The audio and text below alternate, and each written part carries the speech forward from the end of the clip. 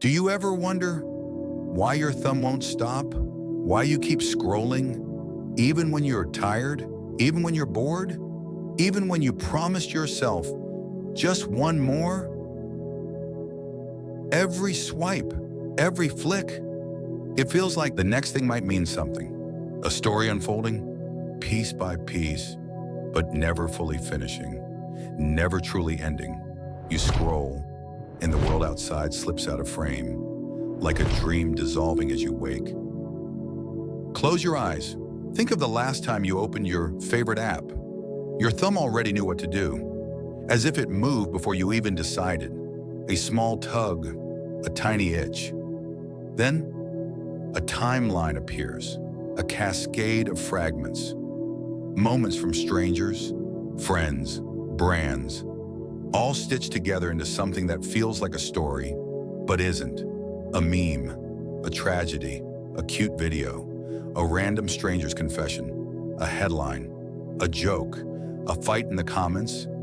None of it connects. Yet somehow, it feels like a single endless thread, a rhythm your brain recognizes. You scroll again, waiting for something to click, something to land, something to matter. But it never fully does.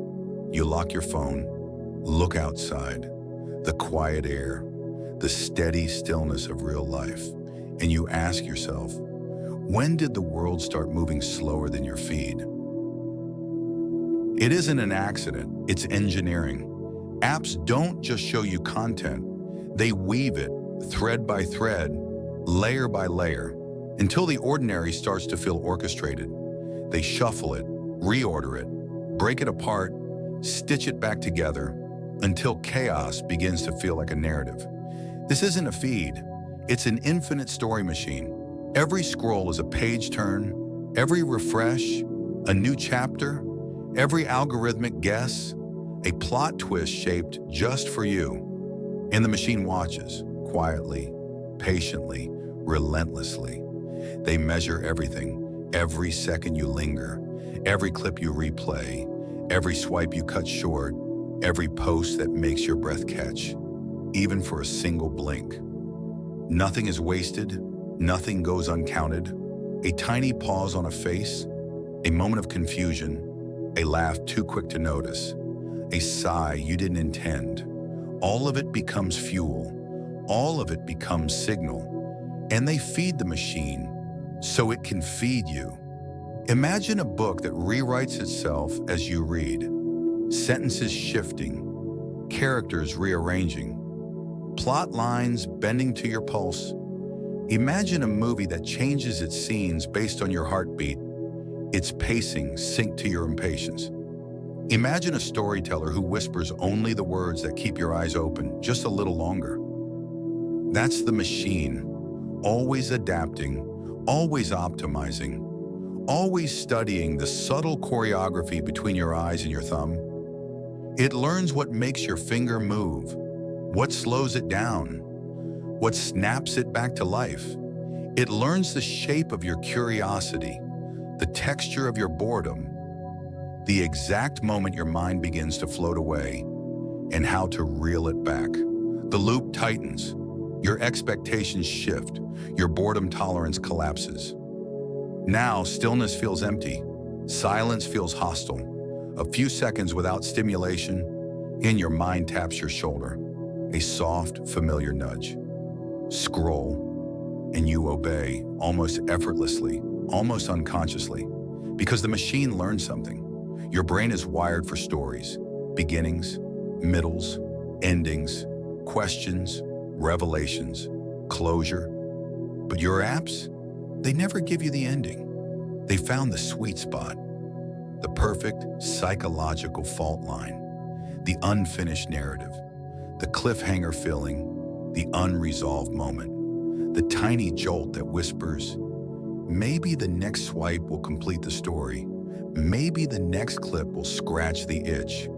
Maybe the next post will explain the last one. And so the infinite story machine rolls on. Each clip promising resolution, each clip denying it, each one nudging you deeper into the loop. a breadcrumb trail with no final crumb, a puzzle with one missing piece, the piece they never intend to give you. This isn't addiction, not in the old sense, not chemicals, not cravings.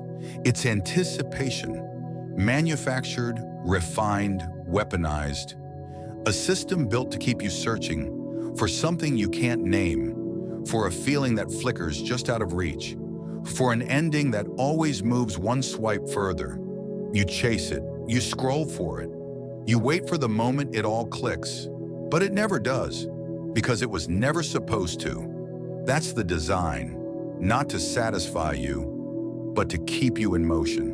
And so the machine hums on, quietly spinning endless stories woven from fragments of your own attention. Stories that never finish, because if they did, you'd stop reading. Here's the strange truth, the part we don't like to admit, the part we feel long before we ever say out loud. The machine isn't just feeding you stories, you're feeding it too. Every scroll is a signal, every pause, a lesson, every flicker of hesitation, a breadcrumb, every reaction, a blueprint, a quiet confession you never meant to make. It watches, not with eyes, but with patterns, not with judgment, but with hunger.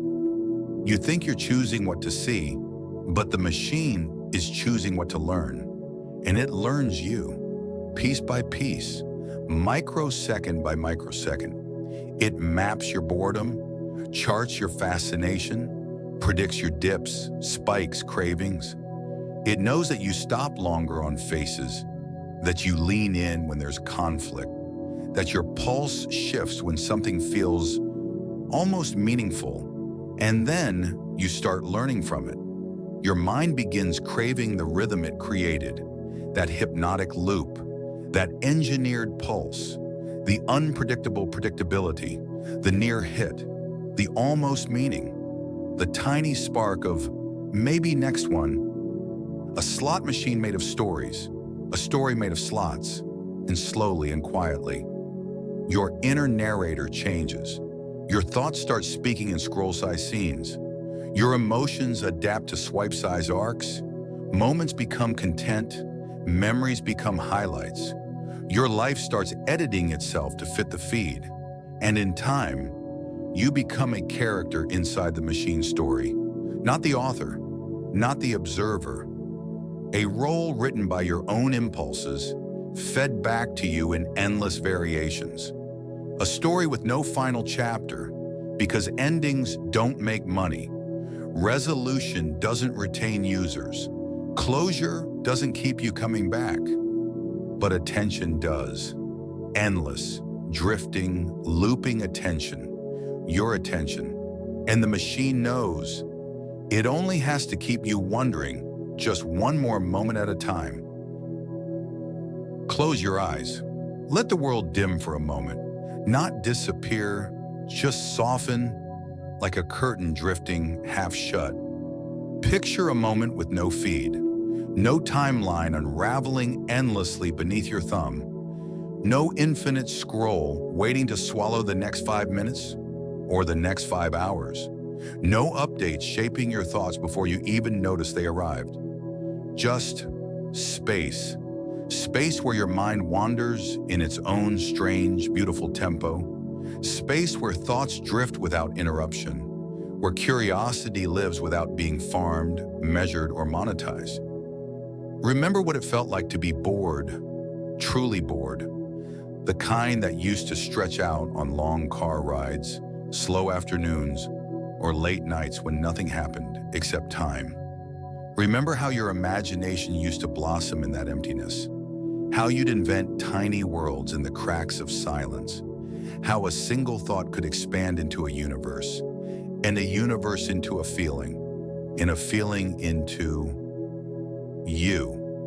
Remember a story you once created in your own head, not delivered by an algorithm, not optimized for engagement, not compressed into 10 seconds in a soundtrack, just yours, born from quiet, from slowness, from the simple act of being alive with nothing to distract you from yourself. Now, slowly, look around the room, noticing, really noticing, the things your eyes usually skim past. Look at the way shadows melt into the corners, the way the air gently stirs when you breathe, the way dust particles float through a beam of sunlight like tiny wandering planets. See how ordinary moments have texture, layers, depth, a quiet complexity that no filter, no editing timeline, no story template can replicate. Even without a soundtrack, the room has its own rhythm, its own heartbeat, its own story unfolding in millimeters and milliseconds. Your attention hasn't disappeared. It's been repurposed, redirected, rewired to chase the next fragment, the next flash, the next hit of novelty. But underneath all that conditioning, your mind is still capable of wandering down its own paths, inventing its own narratives, savoring the slow, uneven rhythm of real life. A rhythm that doesn't loop, reload, or refresh.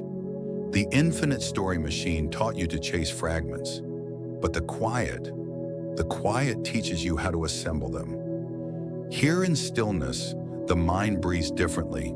Thoughts loosen, uncurl, stretch their limbs like they've been cramped for years.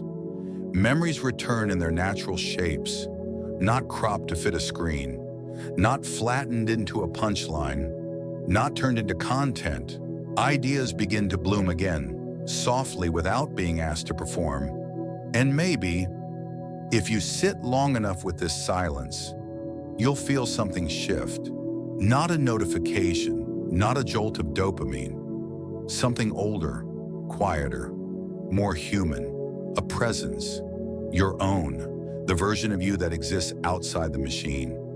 The one that thinks, wonders, imagines, without being steered, without being nudged, without being optimized for someone else's business model. You might feel tiny sparks of old creativity waking up, the kind you forgot you had, the kind that comes from boredom, from freedom, from simply being. This space, this quiet, it belongs to you. Always has, always will. And when you eventually step back into the apps, because you will, they'll still pull you. They'll still whisper your name. They'll still try to bend your attention into shapes that aren't yours. But now, you'll notice the gears turning. You'll hear the faint mechanical hum beneath the story. You'll see the patterns, the hooks, the narrative traps laid out like breadcrumbs. And with that awareness, even the infinite story machine loses some of its power, because the real story, the one worth returning to, the one no algorithm can write, is the one you create when the scrolling stops, in the quiet, in the stillness, in the space where your own imagination breathes again. The story that begins not on your screen, but in you. The scroll will always call, but meaning lives elsewhere. If this felt familiar, stay a while. Let's learn to hear the quiet again, together.